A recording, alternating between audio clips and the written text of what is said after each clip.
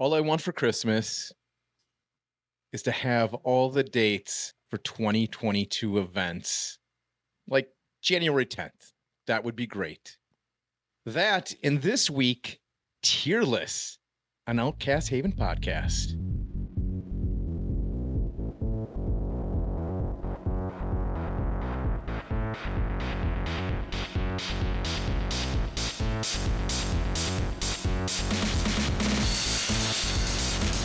So my opening remark was a 2-second. I would love, because I have to like plan this out, and now we have the Omicron, and then we'll have like the Gargantuan variant sometime in February. Well, the biggest concern is by the with Millennium Omicron.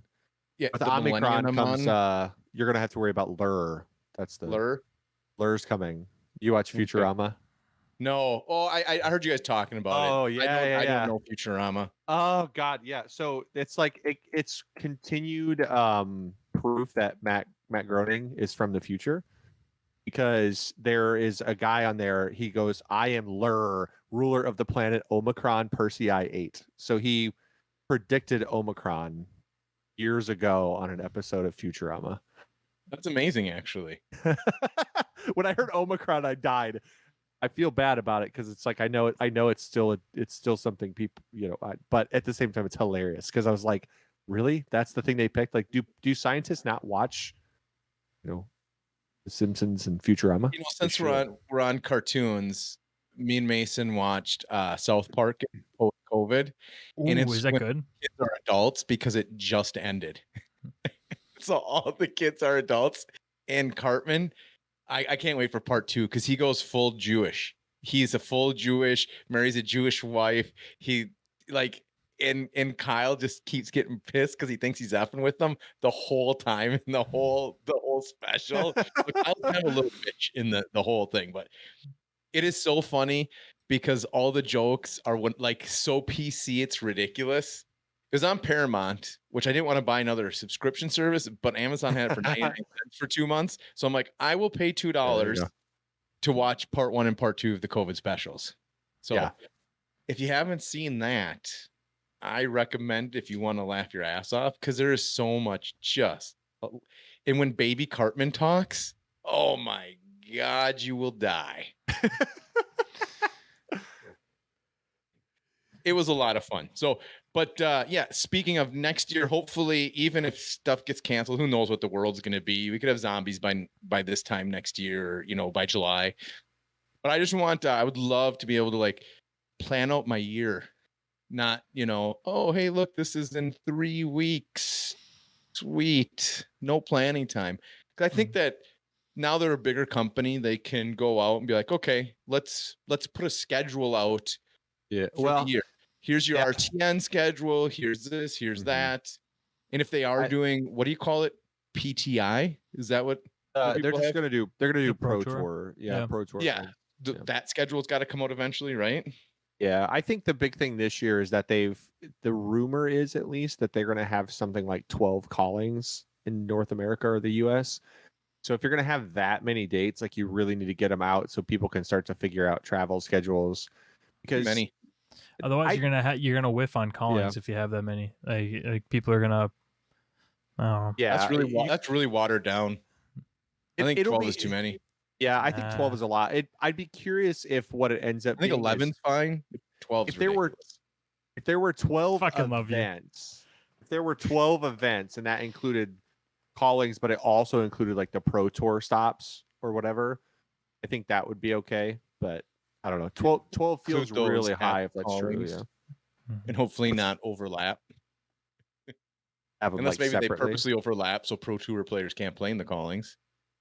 I mean, yeah, it's possible. I don't know. I don't know what their layout is going to be. It'll be interesting to see what the actual fleshed out, OP program for 2022 is, because this is the year that they've been touting. So that's why, that's to my point. Let's get that out sometime very early Q1. That'd be awesome. Before Everfest releases, we should have a list. Yeah, I feel like that would be a good thing to do in January too, because we've kind of hit that spot. We were talking about that. We've kind of hit that spot in Fab where there's not a lot of competitive going on. Now I know it makes sense. It's Australia or New Zealand. It's other, yeah, right. I don't want, everybody says that. They're like, we don't have anything competitive going on. They're like, nationals for Australia and New Zealand. It's like, we know that's happening, but that's not until January. So we have this entire month with really nothing to talk about in terms of like competitive events. It's I don't know when it is exactly. It's in January, they said. They got moved and scheduled. So they're happening, but like we could be, 5-6 weeks without anything competitive. So that would be a great time to drop a schedule for next year's event. Since we're talking competitive, who is super, super psyched? And I think this was a great promotion. Two things. One, don't want to hear about stuff going out of print anymore. WTR has been around since 2019. No card game prints things for 2 years straight. No card game. Okay.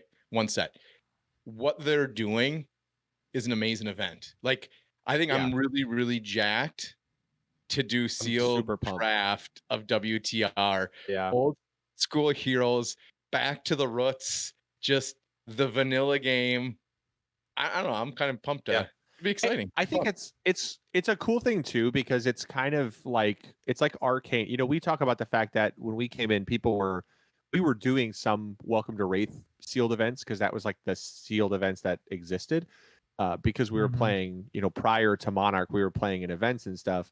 So they were still doing like Welcome to Wraith sealed events and stuff. And so we've gotten to experience the Welcome to Wraith thing. But that's something that a lot of new players, like we went down to Atlantis and Garrett was having events where we were playing sealed Welcome to Wraith, right?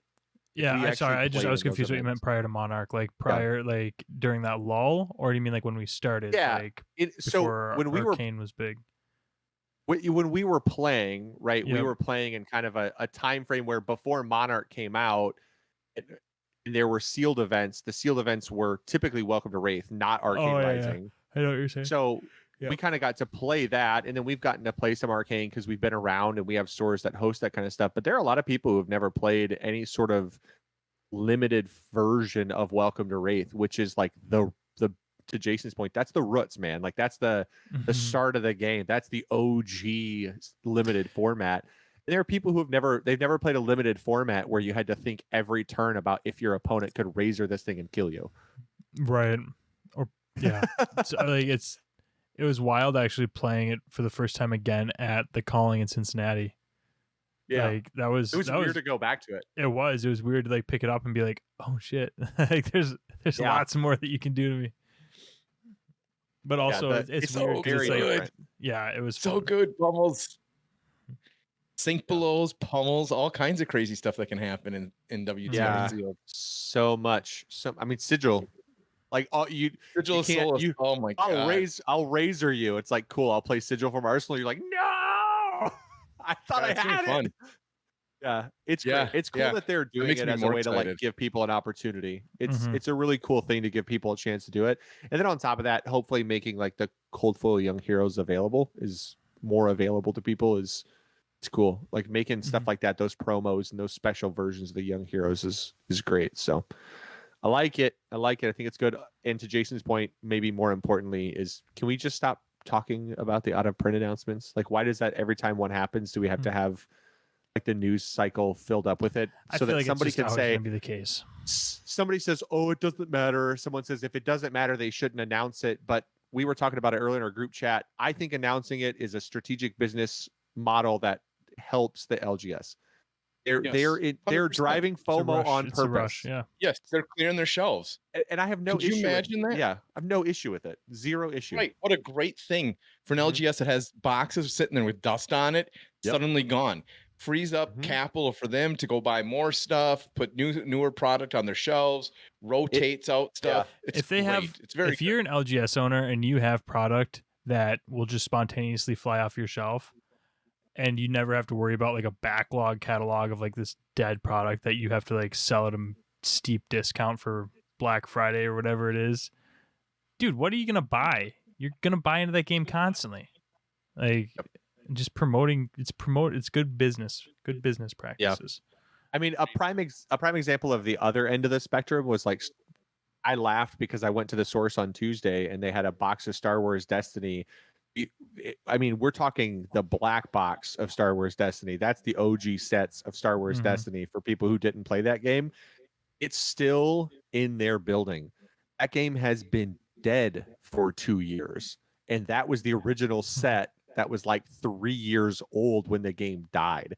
So imagine having a box of that still sitting on your shelf, and how much you would not be incentivized to purchase from that company again, knowing that that's the kind of backing that you get from them, versus a company like LSS who's doing their best to help you leverage old product, like your ability to sell old product and get it out of your store. Like, it's a no-brainer. It's good business. It's good for the stores. It's good for the company. It's good for us as players. I don't want that product sitting on people's shelves. Like, I don't want to be able to find Welcome to Wraith as soon as, like, the sooner I can't find it, the better. It means that it's getting bought up and it's going to somebody. So I want to play this game for a long time. That means old products shouldn't be available that easily. They should have to reprint stuff. Since our channel, we talk about card games, right? That's kind of what we do.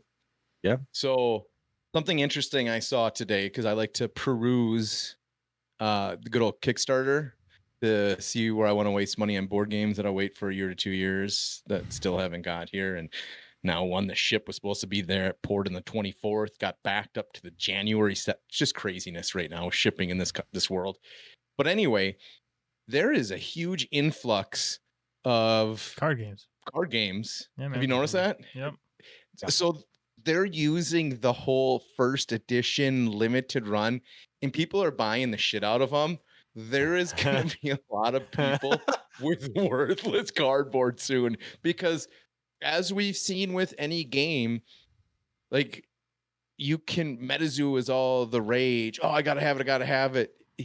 They're just making a fake hype. You don't even know if the game is good, and people are just buying tons of the product because there was one game that was built out of Eau Claire, Wisconsin. I don't, there's like 4 of them out. I backed one called Soul Forge just because it was real simple. It was like Keyforge, but instead of one deck, you had 2 and mash them together, and then kind of cool. It was a good tabletop kitchen game. You know what I mean? Yep. Not going big in it, just a fun game I backed. But this one of Eau Claire, they sold out of their Kickstarter edition pretty early on in the Kickstarter, and there wasn't very many backers. So very few people bought a shit ton of product that's possibly going to be worthless, because there's 4 other games doing the same thing right now. Yeah. I'm sorry, but because they say Kickstarter edition exclusive, they're not all going to make you thousands of dollars. They're just not. This is a scary part. The whole economy of the LGS in cards in general will crash in the next 4 or 5 years. We'll see a reduction in LGSs. We saw it previous to the growth that we saw in the past 18 months of stores popping up everywhere. There was a crash where there was hardly any stores. That's going to happen again. It's an ebb and flow, and we saw people buy. Now that high price stuff is just kind of stabilized, have your ups and downs. So it'll be interesting. I mean, don't go the buy best stores $1,000 on Kickstarter. I just don't think it's worth it. Yeah. The best stores are always going to be the stores that the stores that stick around are going to be the stores that do well to run events and draw people out. Just because they can build themselves up a good community base, and oftentimes that's the place where I know for me personally, like, I try to buy product from the stores that support me as a player. I try to return the favor. Like, if they hold good events, if they do good prizing, if they always keep things running, it's like, I'll spend an extra $5 or $10 a box to make sure I buy it from you, because I'd like you to stick around. You take care of me, I take care of you. Let's make sure we keep this cycle going. So it works well. Yep. So tier list, Dane. Yeah, we're you on have a fancy tier list over there. I do. We're gonna go. This is, I mean, a lot of people say, opinion. This is actual fact. This is the gospel. Yep. If you're listening right now, get out a pen and paper. You're going to want to write this shit down, because this is 100%. This is all facts. Okay. We talked to Happy Man, and he gave us that. Yeah. He said, this is true. We got his approval. Well, no, we didn't talk to him. So this is our, this is our list that, means the world to us. Yep. This is objective. This is not subjective. Totally All right. objective fact. All right, Blake, go ahead and hit him with what our tiers mean. Yeah. So we wanted to make sure we clarified our tiers before we got into it because we don't want any confusion in the comments about, oh, this isn't tier 1.5 tier. Okay, here's what they are. Tier 1, this is how we describe it. The best opportunity to top a tournament when practiced and piloted well. The deck is practiced well. If it's piloted well, these are the decks that are going to top events. Tier 1.5 still need to be practiced and piloted well. Oftentimes have to be piloted super tight, can't make mistakes, but they're typically meta calls against like what are perceived to be the best decks. An example would be taking Ice Lexi because you think that Briar is going to be huge. Tier 2, good decks with bad matchups that oftentimes are highly represented. An example of that would be Prism right now because of Lightning Briar. If Lightning Briar went down, Prism immediately gets a huge boost, but it's simply the meta that exists that pushes her to tier 2. And then tier 3 is committed pilots. Like these are people who they play these decks, they're married to them. At some point they were probably good. Now they just need some help. There's something that they're missing that it just can't keep up with the current state of the game. Yeah. So we're going to go through by set, starting with the OGs, just working our way forward for CC. So up first, we have got Rhinar. So what do you guys think about Rhinar? I mean, I got him in tier 2. You got him in tier 2? Yep. Blake, where'd you throw I think him? I would say 2. That would be Yeah. my perception of Reiner. I don't think 3 feels Too bad wrong for him. because Yeah. because he can does have a still- lot he of can good high roll matchups. somebody off the table real quick. Yep. That's the thing is like I struggle with place. I did struggle a little bit with placing him because like I kind of bounce between 2 and 3 just because I feel like it's a combination of the meta but also of his own sort of RNG as well. Totally, like, yeah. So I mean, if I was hard, I'm not personally a big fan of Rhinar, but it's hard for me to say that he's tier 3. Like he's not a really meta relevant deck because I think someone could bring him and do fairly well with him. I don't think he's going to make top 8s. I don't think he's going to do great, but someone could gum and break even or do better than 500. You know what I mean? Like it's not totally unheard of. So I agree with 2. All right. Look at that. See, this is why it's fact because it's 3 people agreeing on these things. People. I know. Wait till we have to take votes. All right. Next up, we got Katsu. Where are we placing Katsu? Blake, you first. Katsu, I think he's 2. I think 3 again is like he feels like Reinhardt. 3 is low because Katsu has the ability to get some cute wins when people misblock him, and you're always going to run into people at tournaments that misblock. Like he gets free wins literally because people make a mistake on one turn and misblock him, which So, I don't know. This is something too that I think we should maybe add into like the tier. Tell me if you think this should be added into like sort of our tier definitions, how we're evaluating them. I think that a deck that will do well into the field being people bringing pet decks, people bringing other tier 2 decks. I think Katsu eats those people. And I think Katsu does really well against people who don't practice into Katsu because he punishes a lot better than a lot of decks that exist right now. He punishes people that don't understand what needs to be blocked when.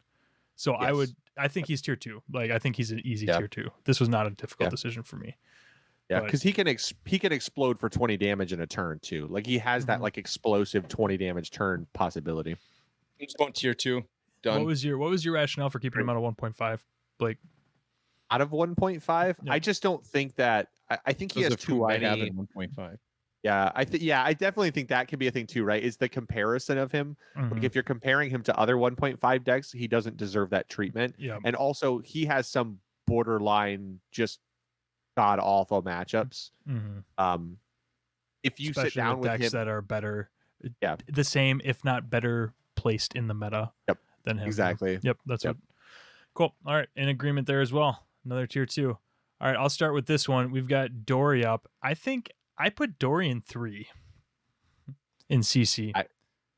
In CC I agree. She's 3 unfortunately. Fuck yeah, dude. Are we crushing this or what? Are we just where'd you put up Jason? I'm gonna be the dark horse putting Dory in 3 just because she's so blockable right now. Yeah. And not fast enough anymore. I'm like, everybody's gonna think I'm an idiot. I'm glad we all can be idiots together. Sweet. Okay, so we're 3 heroes in, and we didn't give this disclaimer beforehand. There was zero discussion about Nothing, this beforehand. We said let's do a tier list, but we intentionally didn't talk about it because we wanted it to be genuine. Should be some arguments, but we'll get to them eventually. We're I so think good at arguing, actually- and this is the thing that we agree on. I think CC is pretty.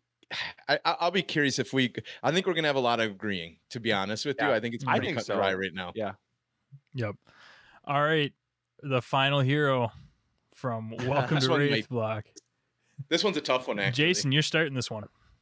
I'm gonna put him at 1.5. I can't put him tier 1 because if you run into like I did at Nationals and hit 2 prisms, it's just not a good matchup for him. But he crushes your tier 1 decks. I shouldn't say crushes. He does very, very well. And he can hang with the tier 1 decks. So I put him at tier 1.5. It's 1.5 all day. Yeah. Shit, dude. I put him in 1. I think he does really well into a lot of the strong decks right now. Like by the definitions that we are given, I'll honestly defer to you guys because you guys both play the shit out of Bravo. I got burnt put him so bad with Prism. But is Prism's why I not have as him at big. So 1.5. that's part of my evaluation too. Is I think that I don't know, from what I saw with the way that the meta shifted for Nationals, or I think that Bravo's actually probably better placed going with how the meta is going to continue to adjust to play well into the decks that are going to be coming out that are going to do well against Briar. So the issue with Bravo is he has a really good matchup into something like Lexi because he has tons of blues to spend, so the ice just doesn't matter. He's got tons of defense reactions. He'll spend the resources, and he'll just bleed that deck out of arrows, right? Like into an ice Lexi deck. And they don't have armor, so when you decide that you want to hit them back and you think you can do it, you just do it because they don't have armor. You use your armor, you defend yourself, and then you just clap them. I think the issue is the other deck that rises with something like Ice Lexi to counter Briar is Oldhim. And he just struggles into that matchup because Oldhim has so much ability to kind of like wiggle his way out of all of Bravo's attacks that you just, I don't know. In that matchup, sometimes you have to get a little lucky, which is unfortunate. That's fine. I did watch an Oldhim Bravo match in the top 8 of the calling, and the fucker went like an hour and 40 minutes, and the Oldhim player fatigued the Bravo. I was like, Jesus Christ, that is why I play neither of those heroes. All right, 1.5 it is. I have fatigued an Oldhim with Bravo, but it's not easy to do, and you have to get a little bit of RNG to hit your big tax at the right time. All right, next up, we're moving into Arcane heroes, and we've got Dash. Right. Blake, you're up. What's your pick for Dash? I don't even know on this one. I'll be curious what you say. Oh God, if I'm being honest, like my first thought on Dash, it sounds great. I don't know if it's her playability or what, but she seems like she's just tier 3. Like no, she has. I just don't know who she reliably beats. That is good, right? Yeah. She can't set up into Lightning Briar. She just can't do it. Yeah. Can't defend through it. Can't. Yeah. I put her at 3-2. So we'll see what Jason I have her at thinks. 2 just because she's going to eat up a ton of decks that she doesn't hit that aren't Briar. The thing that I struggle with though is, so that's where I was flip-flopping 2 and 3 with her with Dash, is because I used the evaluation. I tried to apply like the into the field accounting for that, and I do think that I went back and forth because at first I thought that Dash does do well into random decks, right? But then I thought in this game more than others, I don't see, like, it's not a big field of pet decks, a big field of random decks. Like, it's even at like locals and stuff like that, like it's a shit ton of Briars, and you got a bunch of Oldhams, and you got, you know what I mean? Like it's not, so I mean, and Dash doesn't play well into those. She's just so fine into Oldham. yeah, she okay, does so into fine, Oldham, yes, but even then, like she does fine, but she doesn't do like he doesn't fatigue. She's as, topped as 8. easily, yeah. I mean, I've counted Yeah. 4 nationals that she topped 8. That's 5 now. Yeah. 6. I don't know. I could be convinced that if you she's top a tier 8, 2. 6 nationals, I don't think you can put her at tier 3. 7, here's another one. I guess That's here's fair, the thing, though. It's actually. like, yeah. I mean, the size of the I guess, nationals matters, but 8. go ahead, Blake. Yeah, I was just going to say that the size of the nationals matters. The fact that she was basically unrepresented in U.S. nationals or the calling, like she was nowhere to be found in top 8s. US always jumps heavy onto Red Burn immediately. God, there was a ton of people that went on Briar instantly. A ton. Well, but that was more a product of the timing than anything. That I think it was people felt like the deck offered them something that was similar to like Ira and Blitz, where it was you could take some of the mental strain off of yourself and not play one of those hard decks, and instead, because Chain is arguably as good as Lightning Briar in terms of his ability to just win. But Chain is so much harder to pilot. Like clean piloting Chain through 10 rounds of constructed over 2 days is unbelievably complicated versus just, knowing that in certain matchups you have to slightly adjust your play style, but for the most part you just vomit cards. So I don't know. I could be convinced that Dash is tier 2, and honestly, we probably get yelled at less in the comments if we do it. So, you've convinced me to 2. Yeah, I'm shifting because I was going back and forth anyways. So that's a good point. We'll give her 2. All right, Azalea. Jesus, even when we're arguing, we're like agreeing to like be. I'll be honest. After the whole like Everfest thing, which, for the record, went into it knowing that I was going to have to adjust. I do understand that it is a carnival thing. That is the way it is. I am an adult. I adjusted to accepting that that's a part. So no need to fucking shoot me down. I just didn't like it. Anyways, next hero. I think so. We got Azalea. I think Azalea's 3. I think it's an easy 3. Yeah, I don't think there's argument. I feel like I'm getting softballs the way that these are ordered. But hey, 3, easy peasy. Any thoughts on Azalea before I move on? No thoughts. Azalea. I don't want to waste my breath on her right now. Yeah, let's you've been playing her recently, Jason. You had that fun little number you were running on our live stream. No, it's moving fun. on. That's all it is. You know what I mean? Yeah. If it can't win on live stream, it's not going to do good in a tournament. That's true. All right, let's go. We've got Kano. So where are you putting Kano, Jason? I'm super curious to see what you guys did. Honestly, okay, this is I'm gonna give you my reasoning. Yep. With the current most decks only running 2 null, our local Minnesota meta has adjusted to 3 because of me and Blake running Kano so much that people now are running 3 null rune. He is 1.5. If I went to a big tournament, I put him at 1.5 because he beats Briar consistently. He can beat Chain. He can beat Bravo because Bravo's only going to have 2 null runes, so he can beat Bravo. He's going to really struggle into Oldham. He's going to have to high roll Prism. That there's your matchups. But most decks are going to have 1 to 2 null rune, and burning through 40 life on 1 to 2 null rune's not that hard. We saw it at Nationals. A guy went X2 with him. Actually, 2 people went X2 with Kano. So I have him at 1.5. Now, if all of a sudden everybody ran 3 to 4 null, he would drop down to tier 2 or 3 possibly. That's this is where I go back and forth. Yeah. Okay. So I had him at 1.52. Very specific 1.52. No, 1.5 also. So, well, Blake, did you give your piece? No, my argument is the exact same as Jason's. I think he's with the current loadout that people have for null rune. I think there's no reason he's not 1.5, but he could be pushed to 2 or 3 really quickly. I think the thing about, because here's the thing, This is such always a my fragile. argument. He's such a fragile call. Like his He is, like, but he's interesting. I would say that he's interesting in the fact that it sounds very strange, just like a take, but I feel fine sitting against most people who give me Null Rune 4. Because Null Rune 4 is actually not horrible. Because most people who have Null Rune 4, this sounds, again, this is a hot take, are bad players.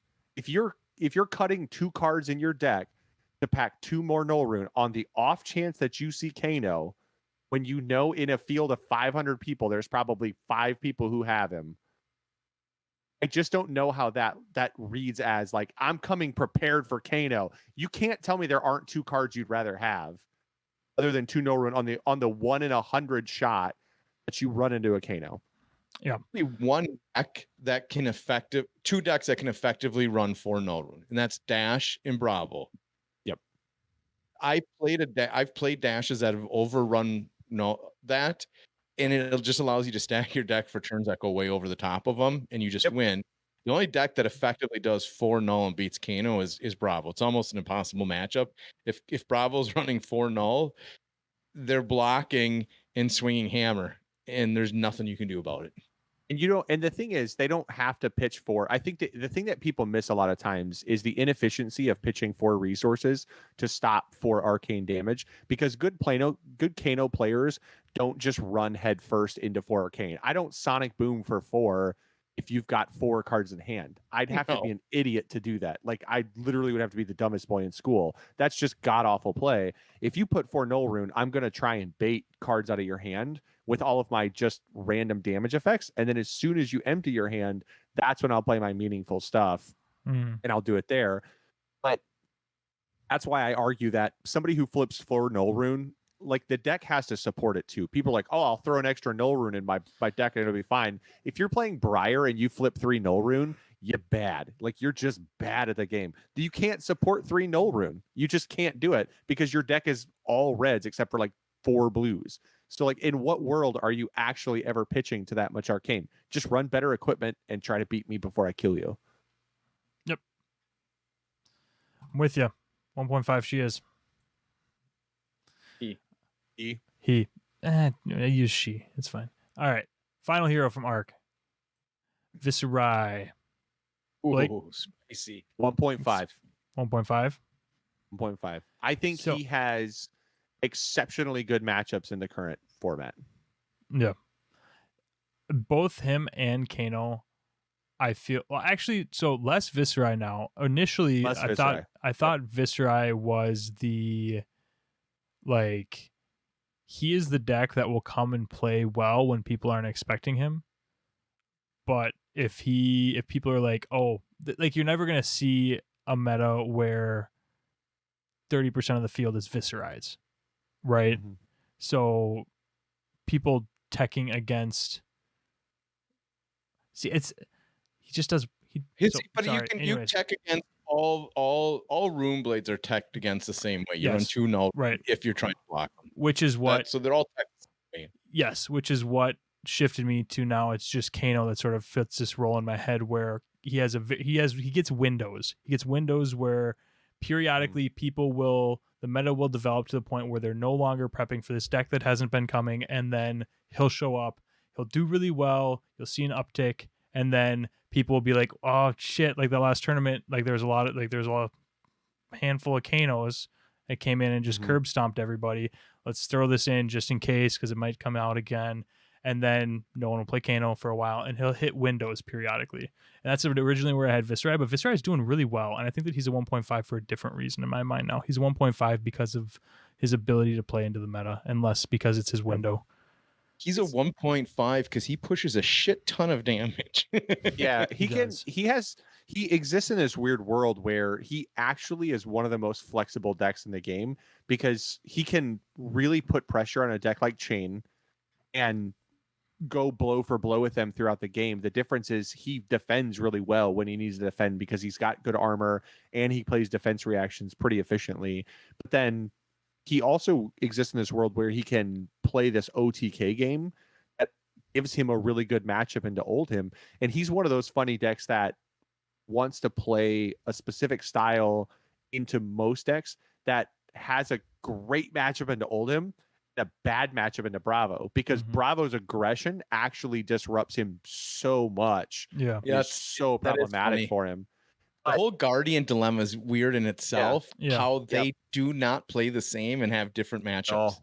Yeah, because Viserai is talking. Like I asked Hamish what he thought about it, right? And he obviously is very committed to playing Viserai, and that's his jam, and he loves it. And he said, in his opinion, Oldhim is basically free because you just build 20 to 30 rune chants and use Sonata and you kill them, because the whole Oldhim game plan is just eat everybody's threats and then win the attrition game.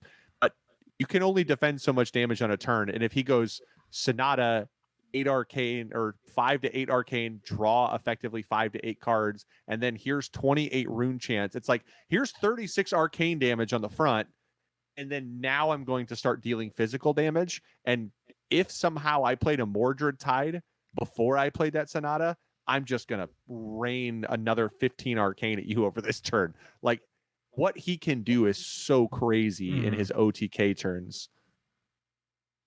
Yeah. Easy. Easy 1.5. Yeah. 1.5. All right. On to Monarch. He's interesting. The Prism. Lost Yeah. set. I put Prism Can we at just 2. call it the Lost set? The Lost set. Why? Lost set. What It's do we? the chain. It's the chain set. Oh, it's chain. Yes. Chain It set. gave us chain and Right. nothing else. Let's call it Monarch the chain set. Yeah, chain So set. I put Forget about chain. Prism tier 2.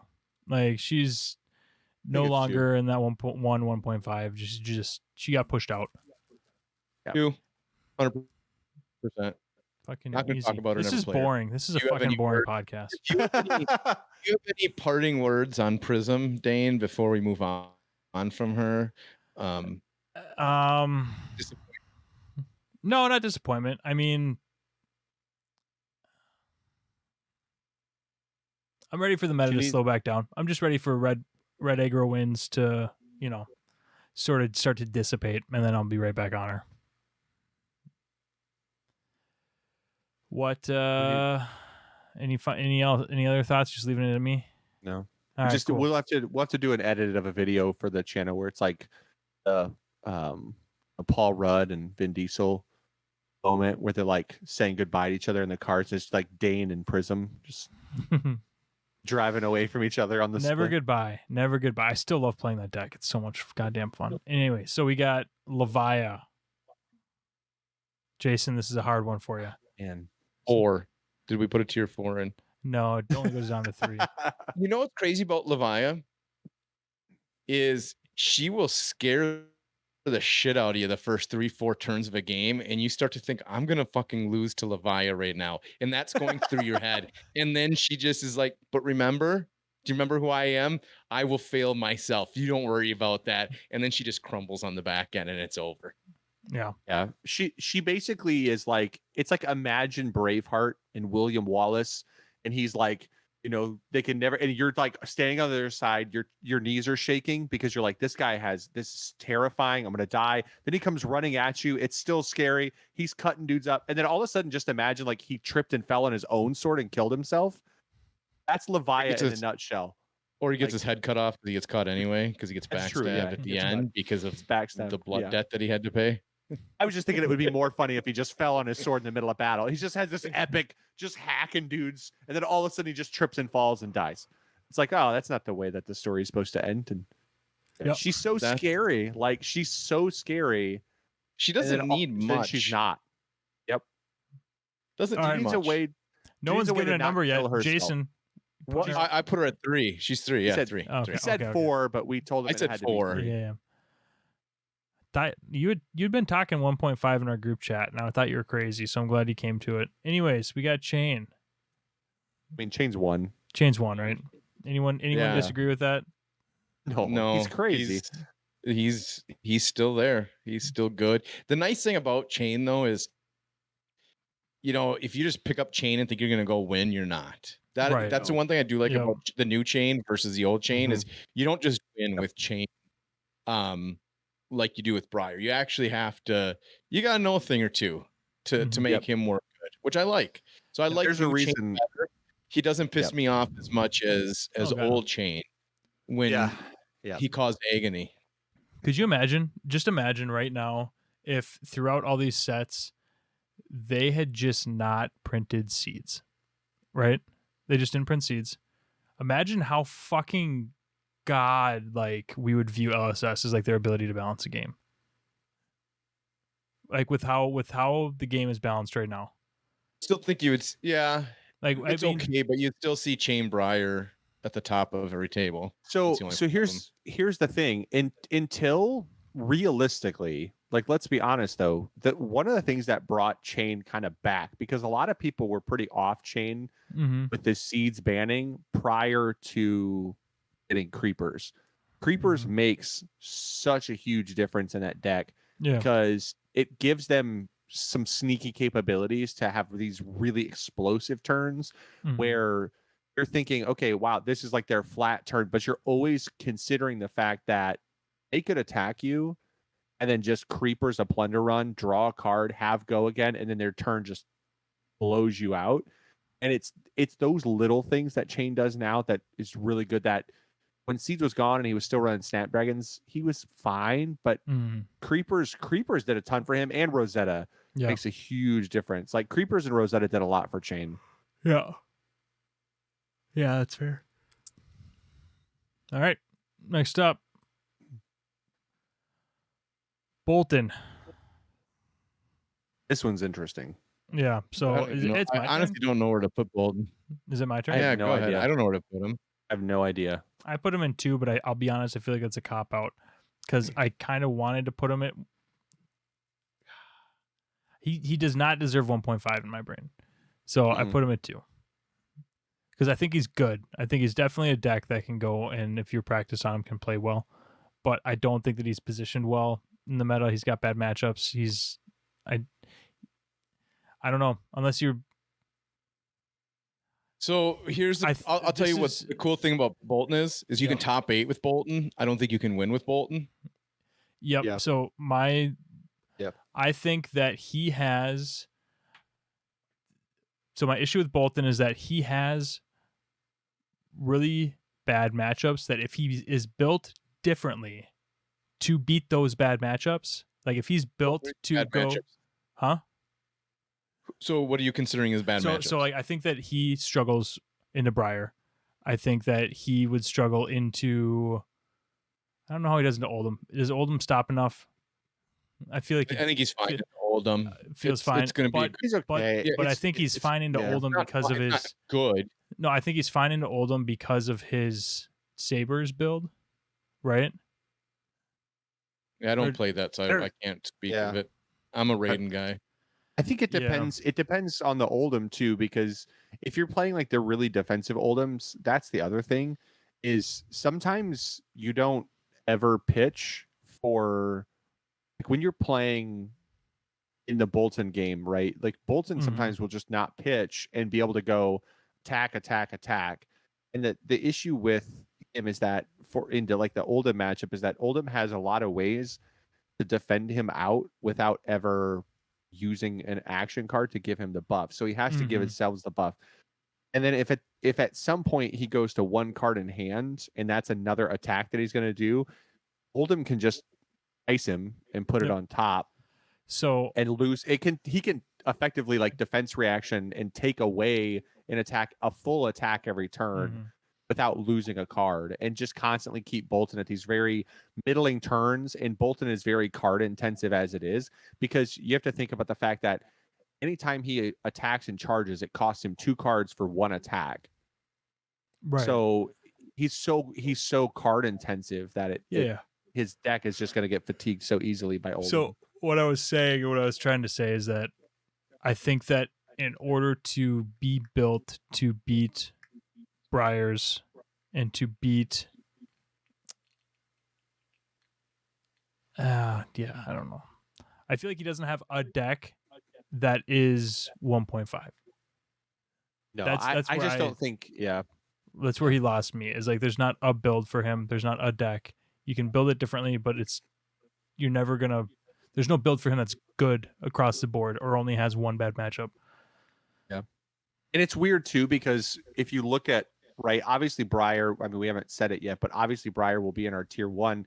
So you have to consider the fact that 3 of the top decks just happen to be Rune Blades, who, hey, by the way, 40 to 50% of their deck is non-attack action. So if they need to defend Boltyn and not give him a buff, they can do it really easily, even without the buff from Briar. Like, they don't even need the buff to like be able to defend with 1. It's like, I'll just defend with these 2 non-attack actions for 4 and stop your hit effect.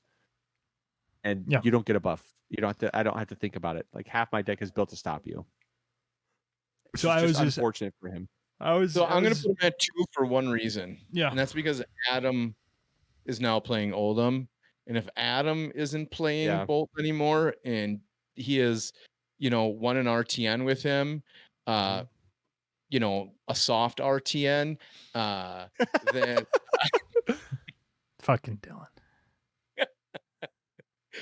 Then you're quoting us. You're quoting us. No, not us. No, that's Dylan. Oh, okay. That's Dylan. Yeah. I thought I thought about it and I was like, are you? No, he's referring to us saying that RTN was soft because I've never said the RTN was soft. No, I didn't either. Yeah, just so easy. There was 2 Boltons top date that RTN. What the fuck were they doing? They were flipping coins at the beginning of the match to see who won. That's how I got 2 of them. So yeah, okay. I put him at 2. I was kind of expecting. I was waiting to see if you guys put him at 3 or not, because I could totally be convinced 3. No I just don't. The reason you can't put him at 3 is because he has a chance to beat Chains, because he can go to the Saber build and just beat Chains. He can beat Kano's a tough matchup for him. He can beat Bravo, who's a top deck. He can beat Dash. He can beat Prism pretty easily. So he's got a lot of really good matchups. He's just got a couple super, super bad matchups. And that's what kills him. Yep. I mean, you think about it, he's got a ton of block too. I don't know a lot about Boltyn. I'll be honest. I built them and then I took them apart right away. I don't know if there's a reason to try to adjust because I figure Briar will be eroded after Australia and New Zealand Nationals. They're going to wait till after that to be eroded. I don't think she's going to get eroded. I'm at the point where I think they're just going to leave her alone. Yep. That's what people thought. I don't. I think they're going to erode her. Yeah, we'll see. I don't know. Here's the thing. Who knows? Here's the other thing with Boltyn is I think Boltyn exists in a world that's very similar to Katsu, where they were the best red deck wins in the game until Briar came out, and then people who were playing those because they were red deck wins. Yep. They just got punched in the face, because why play the second best red deck wins when you can play the best one? When it comes to aggro, it's very dog eat dog. Like, the moment that a better aggro comes out, it's like, okay, all these other aggros suck dick. Like, that's just the way it is. Control, there's always different control mid-range. You can always build it different or have different options or be well positioned to win into different matchups. But it's like, aggro is aggro. If someone does it better, why are you not playing that deck? Okay, on to Tails. Did we do Chain? Yeah, Chain's one. Yeah, Chain's one. Yeah, we said it so fast. Just he's one. Let's move on. All right. Who are you starting with? So it's Jason's turn now, right? Sure. Who are you starting with? Sure, yeah. We got Lexi. Lexi is obviously 1.5.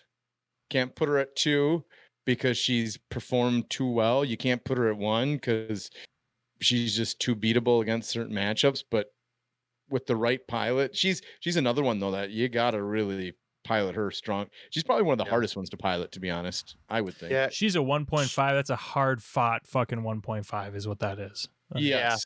Yeah. She's a 1.5 that absolutely exists in that world of being a meta call 1.5, because if the meta was predominantly defense oriented, she would just immediately drop to 2. Yeah. Easy. Fucking there you go. All right, Blake. You got Chain last time. Fuck this. I'm not giving you Briar 2. Oldhim. 1. It's fine. I think that it's easy. Thing. You get. I was curious. I was curious if anyone was gonna throw Oldhim at 1.5, because I put him in 1, but I don't know if there's more knowledgeable. You guys are more Guardian knowledgeable than me, and I fucking whiffed on Bravo with you two, so I And don't know. the Guardian knowledge tells me he's a 1. Yep. Sweet. I mean, especially fresh off a calling win. If he was represented higher at nationals, the one thing that you can't take an effective nationals, and I actually like using the calling better, which he won, is the fact that nationals, you could add some good Oldham or good players of other decks that completely trashed out in draft and Blake didn't take the deck as high as it went. So fucking submarine in it. It's like that scene from Red October where they breach, and it's just like that's Blake. That's Blake when he comes out of draft. He's just like out of the fucking ocean. All right, and then I'm taking Briar. Briar's 1. 1. So let's just do a quick recap. So of our ones, it's 1 Monarch in two of the newest set, right? Yep. Then 1.5. How many do we have? We've got 4 and 1.5. We've got Bravo, Kano, Viserai, and Lexi. Bravo, Kano. So 1 WTR that we 1 2 Arcane is worthwhile to bring. So here's the funny thing. Like, say you have an RTN in let's say this next spring, you have an RTN and it's a new area and there's not very many people there, but you've been playing online, then you just bring Dory, even though we have her at a 3, because she's in the new meta, which is kind of funny. Yeah. She still will get wins off people that don't know how to block her. So She just feasts. I feel like I kind of get this feeling that with Everfest, if Dory come back up, if Dory gets some tools, I think it's been long enough and there's enough new players that haven't practiced into Dory, because Dory hasn't been big since people haven't been hot on her since skirmish season, the first Blitz RTN, skirmish season. She showed up in some RTNs. She was really predominant in skirmishes. Yeah, but I mean like recently, if anyone's new to the game in the last 5 or 6 months, they probably do not have a ton of practice into Dory. No, or know what's happening. They would get they could very likely get super punished. I feel like you're gonna have some Dory players licking their chops with some new toys and just a bunch of naive. I don't know. We'll see. She's sleeved up. She's never been unsleeved. So if Everfest gives me something for her, here she comes. Straight in the deck box. All right, and that's how I feel about Bolton. I got to fix Bolton, but if he gets same thing, if Everfest helps him just a little bit, I love playing Bolton. That's one of my favorite decks to play. So yeah, same with Prism. Prism for me is she gets toys, I'll be all about it. Then tier 2, we've got 5. So Rhinar, Katsu, Dash, Prism, and Bolton. And then tier 3, we've got Dory, Azalea, and Levia, which I'd be honest, this is, I think, the only thing that I had back. I had, what did I have switched? I had Bravo in tier 1 initially, but that was just me. Let's talk about where we're going to piss off the community on our tier list. I like it. So right off the bat, Dory, people are like, Dory's tier 1.5. I can already hear that coming. No, she's not. Okay. I don't care what argument. I don't care how many RTNs you won with her, how good you do at locals. Your locals suck if you keep winning with Dory. But with axes, even worse. So that's one argument. I think we're gonna get shit for Kano in 1.5. Yeah, probably. Then if you want to give us shit, you bring your true CC deck on our live stream Tuesday, and you get to run the Kano Gauntlet. All 3 of us, you get to run in CC against Kano. You can play me first to give yourself a false sense of security going into these 2 fuckers. All I got to say, but it has to be a real deck. Don't go, oh, this is what I run, and it's completely anti-Kano deck that you just made, because we'll call bullshit on that right away. Yeah. I will give people a hard time sometimes at locals if they flip 3 no rune. I'm like, really? Just because you have it in your deck box doesn't mean it fits in your 80. Yeah. I don't have. I That's don't the have. hardest part about playing Kano at locals is the null rune that just shows up magically. Yeah, it's like I don't run defense reactions in my Kano, but maybe I have them in my deck box somewhere that I could just toss in there just because I think I'm going to need them that night. No, I got 80 cards for Kano. It's in the database as 80 cards. That's what I take to locals. Yep. Any other thoughts? I think everything else is pretty. I don't think we ruffled any feathers with this. Here's what people think of Oldham. Yeah. Bravo. I'd be curious on the Guardians how people view those. How people view them. So then here's the question then. Okay. So I think this is the interesting discussion that follows this. What cards do the heroes in like 2 and 3 need to push them up? Or is this the Everfest transition? Yeah. So this is a great segue. We're so good at segues. We used to be bad at them, but now we're really good at segues. So much I really thought we were gonna make it. I thought we were gonna be good the whole cast, not just fucking pointing out the segue. Okay, so I think it's a tradition now. It exists. It's what we do. So stop that. What do they need? So let's just start with tier 3, and we'll go through them. And what thing could they get that would help them? What could Dory get that would push her up? What do you guys think? Arcane damage. I mean, arcane. Just make mixed her a rune damage lady. is good. It's mixed damage is good. A card that has a hit effect without reprise. Like a something reaction that doesn't. You needed to have reprise on those cards in the early meta, otherwise she was just completely OP. Now there's other decks that are completely OP, so she can have attack reactions that do not say reprise. So you saying I know how to block Dory goes out the window a little bit, because now they might have 3 to 6 cards that don't have reprise that have a pretty damn good effect on them. And maybe if they cost a little bit more, so you got to mess with your cost curve a little bit. Maybe there are 2 cost attack reaction where gives you go again, draws a card, something like that. But without keyword reprise. She needs something without reprise. People know how to block around reprise. Yeah. Even if she has a reprise effect, it'd be nice to have more effects that draw her cards. Because one of the things that is a real drawback for Dory is the best card in Flesh and Blood, Plunder Run, doesn't even work for her because she doesn't attack with attack action cards. So her only card draw is from Reprise on Glint or off of Steelblade Supremacy. Like she just needs a way to, all attack, like basically another Steelblade Supremacy card or a Glint. Like she needs more cards like that because she is pretty hand intensive. So she could just have access to more cards that would. What if it's just an attack reaction that, like, even if it had reprise? No, I guess you wouldn't want this one to have reprise, but it's just like put an attack action at the bottom of your deck, and just fucking cycle nourishings. Yeah, I mean, you just remembrance those though. Like that's a fine way to running one remembrance to like cycle your nourishings back. I think the biggest thing for her is just. If she had access to some more card draw, it'd be big because she's got tons of go again now, and the go again's good. She just needs more card draw. She needs more ways to extend her turns.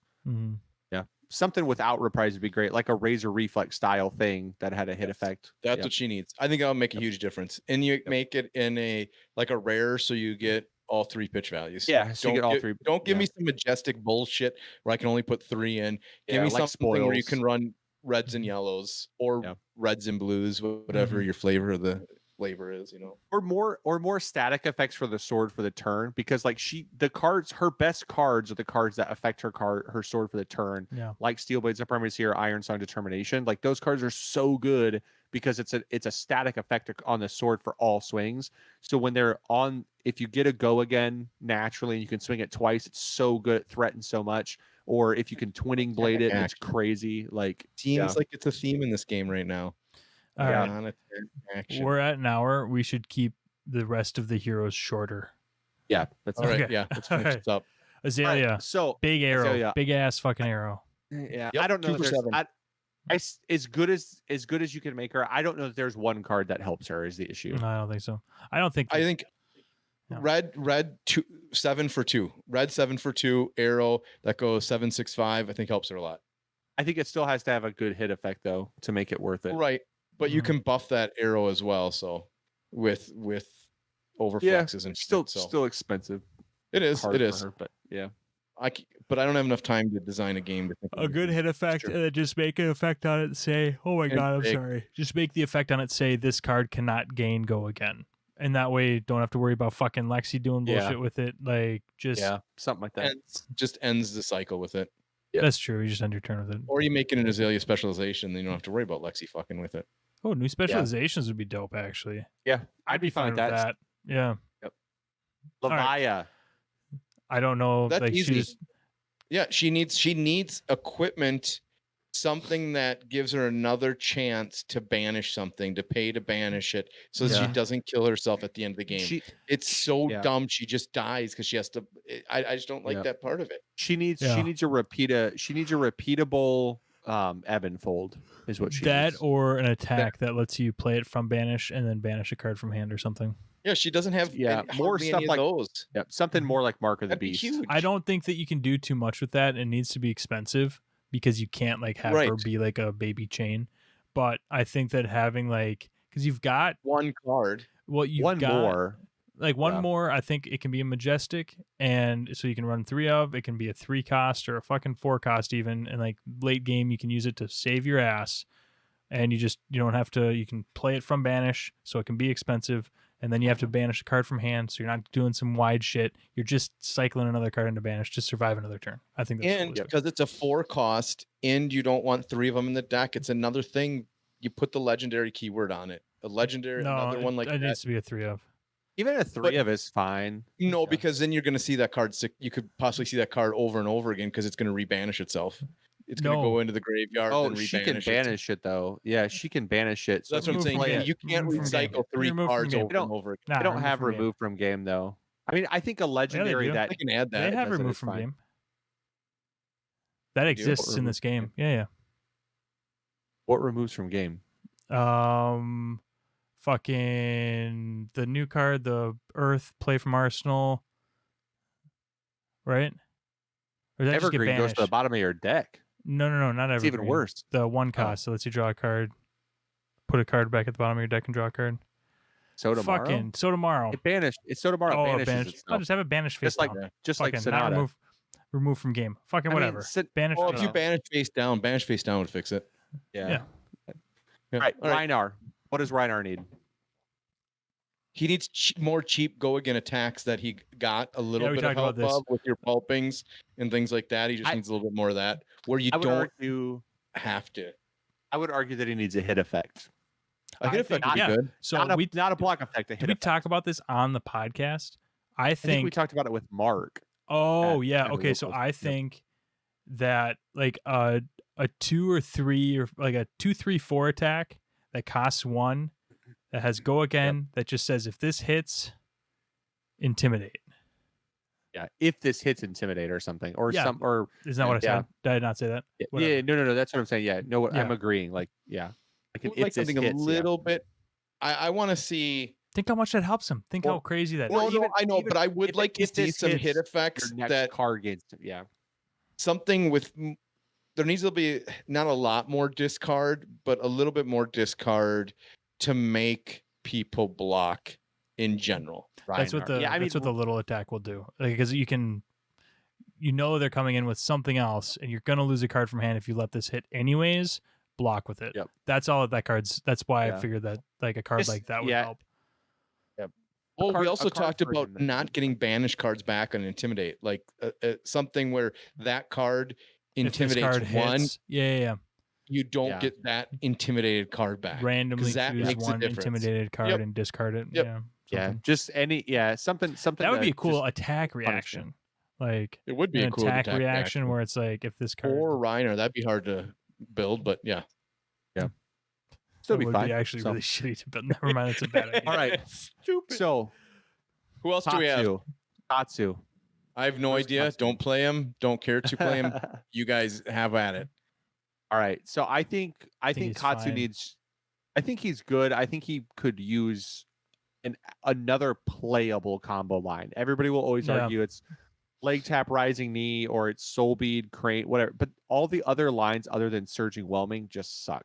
They're just not good enough. They're basically played because they're the best of the worst, right? Like you play Yeah. leg tap rising knee because it's the best of the worst, not because it's a good secondary line. Right. You play it because it's the best of the other lines. The thing I think is an issue with Katsu and providing support is I would rather see something really wild and unique with his support and not just another line, because the lines are too mathematically comparable. Like you can just look and see I'm getting, because if you just compare like the head jab to the leg tap line, or the leg tap line to the whelming line, it's like, or the surging line, like you can just see that the value you're getting for one line over the other is just better. Just run that line. Yeah. That line makes more sense.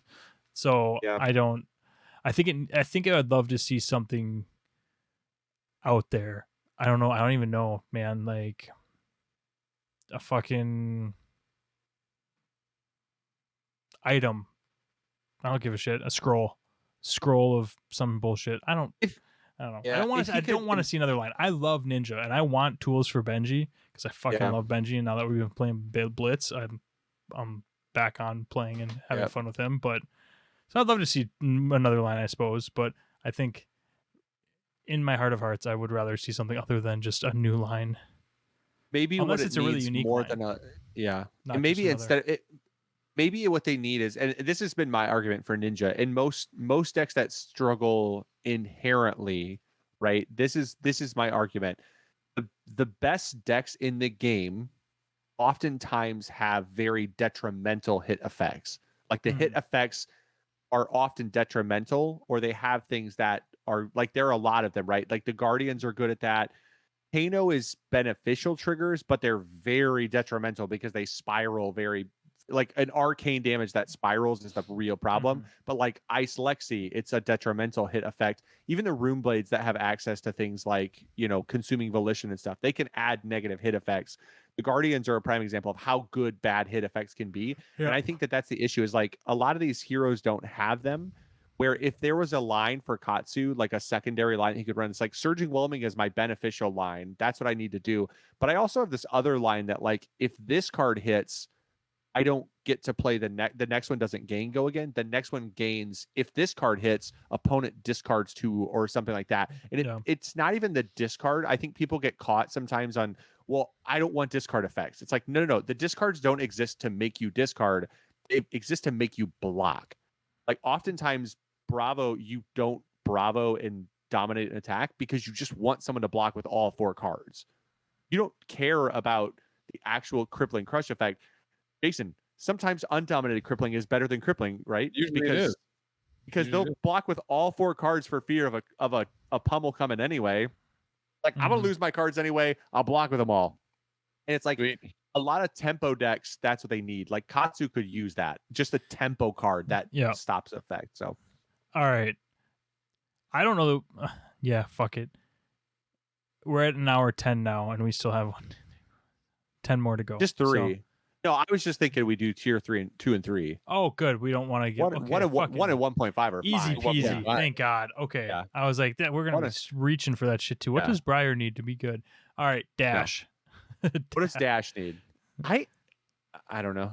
Again, mate, I don't think she could get a hit effect that it could be good. She probably just needs a bigger pool of good boost cards or something. I don't know. I don't know. Item that can block that. I don't know. You've that if got you that, boost though. you could play it. I don't know. Yeah. Maybe just want to boost really. So she doesn't really want to boost. I don't know. She's kind of weird. Like in the fact that I don't know what to say. You know what would be really cool actually? It would be really cool to see mechanologist support that is just like a mechanologist version of cards that Dash likes to run. Like a mechanologist Sync Blow, a mechanologist fucking energy potion, a mechanologist. So they hit off boost. Yeah, they just hit. That'd be sweet. That's true. That would that'd be good. That would be that would work. A D-react with boost. A D-react with boost would be good. Or just a D-react that's mechanologist. That's what I mean. Yeah. So it hits on that's boost. the That mech hits card. on Yeah. boost. Yeah, Yeah. yeah, yeah. Like, what the Yes, fuck would yes. a D-react with boost do? Let you D-react again? Oh Like, my god, you don't know what that would do. If it boosts, it blocks. Oh no, you shit. could de-react for 4. If you boost it, you get another 2, just like if you fuse something. I just came up with a genius idea. Boost the de-react to 6. Boom, bitch. That's what great, I actually. want out of Dash. Fucking, I don't hate that. That's actually kind of a cutesy mech mechanic. It something does. It's that. just like turn timber. I You mean, fuse it with. I don't you know the fuse it wording with- on boost off the top of my head because I haven't played Dash in fucking forever, but I think Yeah. it's gives the attack action go again. Yeah. So I think that's what like boost is. I don't think it would need to be a Yeah. different keyword. It wouldn't need- a it'd be- keyword, but you would do the same effect that a boost Yeah. does. Yeah. All right, so Dane, what does Prism need Prism needs prior to die? it needs the meta to slow the fuck down, guys. Just chill. No, I think that this isn't what she needs. What I would like to see, because I think that she's honestly kind of fine.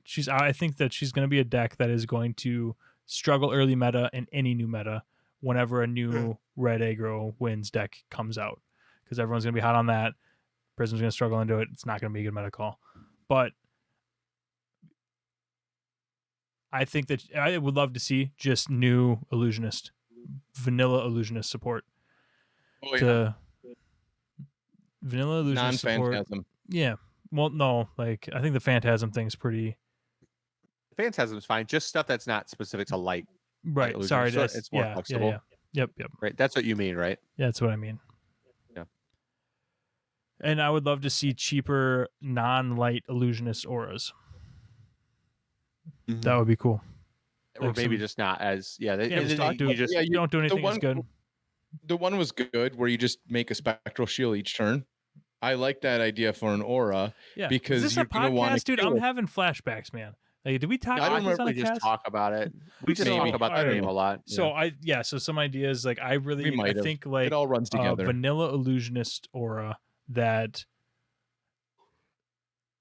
like just at the beginning of your turn make a spectral shield. That's it. And then you can swing with it. It's like that's if you want to pop that, but it's only costs 2, so it's not bogging a ton of shit down. But I do think that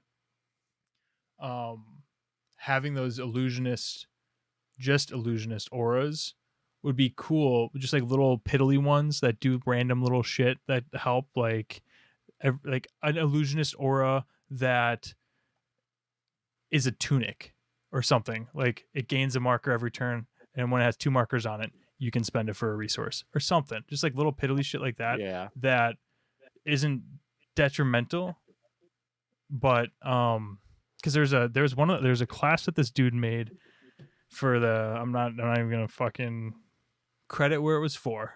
No, but it was like when people were making all those cards and spamming them everywhere. This was pretty early on, but it was like a spirit guardian class or something like that.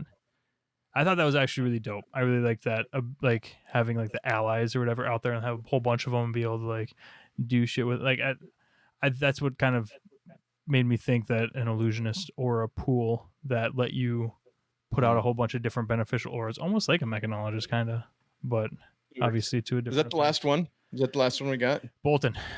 Bolton. Oh, What Bolton. does Bolton need? Bolton just needs. I would like to see his hit effects be detrimental as well, not just bonus him Draw a where card, you yeah. can Mm-hmm. put it in a soul. Oh, I know what he needs. I talked about this with Adam. He needs a piece of equipment like your Halo that allows him to charge. Yeah, that I says don't the know word charge on why. it. I don't know why Halo doesn't say charge. Right. So he just needs a Yeah. piece of equipment that allows him to charge. So then when you have your bad hand and you open up and you have 3, which I can't even think of the name of the card, the attack reactions. Mhm. Yeah, Courage. courageous steel hand. Yeah. You could use your card, charge one of them, swing Raiden for 3, and at least buff it to 5, 6, Yeah. 7, 8, 9, instead of just swing Raiden for 0 and try to scare them thinking you have a razor reflex. I don't know what they think you have, Yeah. but still fun to do. So yes, Swing just for needs a 0 piece is of always worth it. equipment. piece of equipment, so you don't lose tempo.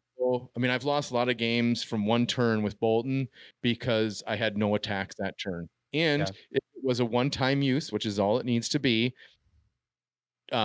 Charge a card, boom, I charge. Now I can swing Raiden.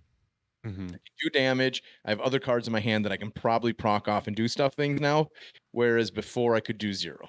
That'd be huge. That'd actually be huge. That's a really good call. Yeah. All right. Yeah. That is our tier list, and it is gospel. And those are our thoughts on how to fix the 2 and 3 tier decks. Any questions, comments, concerns? No questions. No comments. Ready to call her a night. E2, dude. I'm fucking beat. All right. Well, on that note, hope you enjoyed our tier list. I know it was boring because we all agreed for the most part. Actually, there was nothing we really disagreed on. So there you go. That's what it's like. Join us next week when we all fucking bitch and scream again. Peace.